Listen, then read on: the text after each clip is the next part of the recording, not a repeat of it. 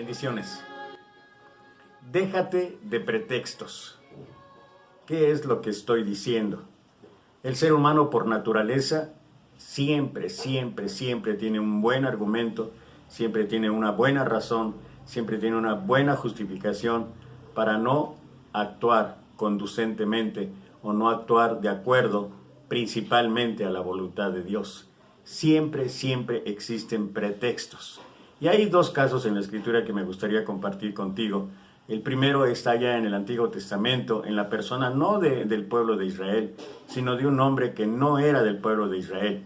Acompáñame, voy a leer en la segunda carta a los Reyes, el capítulo 5. Voy a sintetizar la lectura un tanto, lo voy a leer en la traducción del lenguaje actual.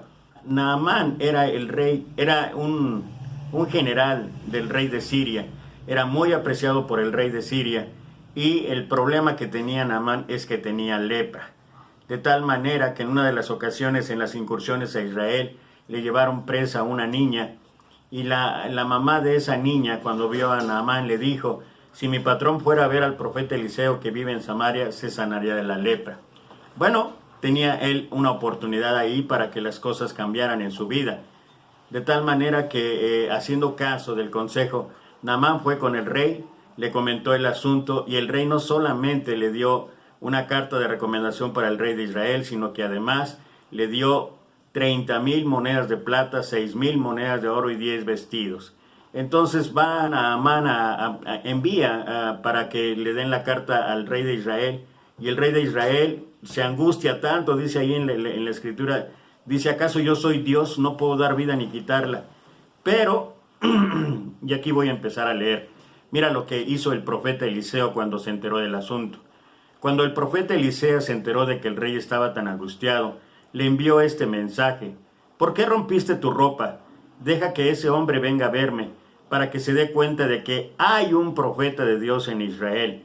Así que Naamán fue con su carro y sus caballos, y se detuvo a la puerta de la casa de Eliseo. El profeta le envió un mensajero diciendo: ve y métete 7 veces en el río Jordán, y te sanarás de la lepra. Naamán se enojó y se fue diciendo: yo pensé que el profeta saldría a recibirme y que oraría a su Dios. Creí que pondría su mano sobre mi cuerpo y que así me sanaría de la lepra. Y voy a detenerme ahí en esta parte de la historia. Fíjate, la incredulidad, la ignorancia, el desconocimiento de lo que Dios es capaz de hacer en la vida del ser humano nos lleva muchas veces a dudar que a veces las soluciones sean tan simples y tan sencillas como que un profeta, en aquel momento un enviado de Dios, pudiera darle una solución tan fácil, tan práctica. Y Naamán no quiso escuchar. Al contrario, él estaba pensando que las cosas se arreglarían, que las cosas se tendrían que hacer de acuerdo a lo que él dijo. Y todavía dice: los ríos Habaná y Farfar que están en Damasco son mejores que los de Israel. No podría bañarme en ellos y sanarme. Así que se fue de ahí muy enojado. Siempre tenemos el argumento, siempre tenemos la razón, siempre tenemos la justificación para no hacer caso, sobre todo cuando se trata de sanidad. Y no estoy hablando solamente en este caso de la sanidad física, estoy hablando en nuestros casos de una sanidad también espiritual, una sanidad que nos puede llevar a un cambio de vida, que nos puede llevar a una vida verdaderamente dichosa, sobre todo aceptando el poder de Dios. Pero sus sirvientes se acercaron a él y le dijeron: Señor, si el profeta le hubiera pedido que hiciera alguna cosa difícil, usted la habría hecho. Con más razón debiera hacerle caso y meterse en el río Jordán para sanarse. Naamán fue y se metió 7 veces en el río Jordán, como le había dicho el profeta. Enseguida su piel quedó sana y suave como la de un niño. Sí, continúa ahí la historia de lo que quiere hacer Naamán en agradecimiento. Pero el punto relevante que estoy hablando y que estoy intentando comunicar a través de este mensaje es: ¿por qué no nos dejamos de pretextos? ¿Por qué no dejamos atrás nuestra opinión, nuestra sabiduría, nuestra prudencia en muchas de las cosas que nos ocurren y hacemos caso a lo que verdaderamente Dios dice? El segundo caso que quiero compartir contigo en este día está en el libro de Juan, capítulo 5. Allí acostados en el suelo había muchos enfermos, ciegos, cojos y paralíticos. Entre ellos había un hombre que desde hacía 38 años estaba enfermo. Cuando Jesús lo vio allí acostado y se enteró de cuánto tiempo había estado enfermo, le preguntó: ¿quieres que Dios te sane? La oportunidad que tenía aquel hombre paralítico, 38 años. No podemos saber, no lo dice expresamente la Escritura, cuántas ocasiones bajaba el ángel y cuántas ocasiones, oportunidades tenía cada uno de los enfermos que estaban ahí para entrar al estanque y ser sanados.